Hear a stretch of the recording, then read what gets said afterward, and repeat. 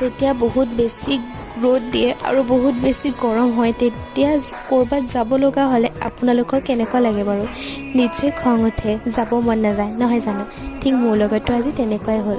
তো নমস্কাৰ সকলোলৈকে, মোৰ অন্য এটি মিনি ব্লগলৈ স্বাগতম। তো এয়া দেখা পাইছে মই ওলাই দিলোঁ দিনটোৰ কাৰণে। তো দিনটো কি কৰোঁ আপোনালোককো দেখাই আছোঁ।